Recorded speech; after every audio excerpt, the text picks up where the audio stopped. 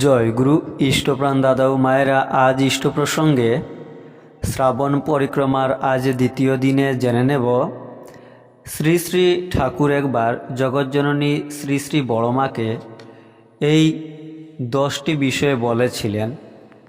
এবারে বিস্তারিত। শ্রী শ্রী ঠাকুর জগজ্জননী শ্রী শ্রী বড়মাকে একটি চিঠিতে লিখেছিলেন, যে স্ত্রী স্বামীকে সাক্ষাৎ দেবতা জানিয়া স্বামী সেবা দেবসেবা মনে করিয়া স্বামীর সুখে সুখিনী স্বামীর দুঃখে দুঃখিনী হয়, যে রমণী স্বামী ভিন্ন আর কিছুই জানে না, এমন দেবীর নিকট আমার অনেক শিক্ষার আছে।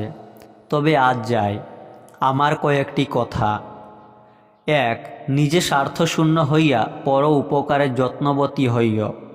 পর উপকার তুল্য আর জগতে কি আছে। 2. মিথ্যা কথা ত্যাগ করা নিতান্ত কর্তব্য। জানি তুমি মিথ্যা বলো না, তবুও মানা করিলাম। 3.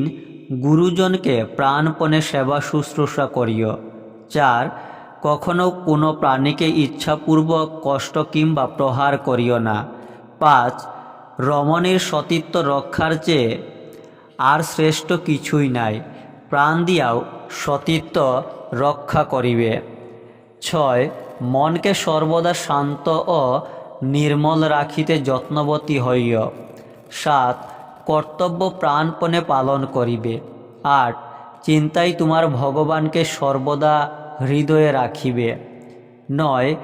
নিজের শরীর ভালো রাখিতে চেষ্টা করিও এবং অন্যের শরীর যাহাতে ভালো থাকে তাহা করিও। 10. অকুলে পড়িলে দিনহীনজনে নুয়াইও শির কহিও কথা, কুল দিতে তারে সেধ প্রাণপণে লক্ষ্য করি তার নাসিও ব্যথা।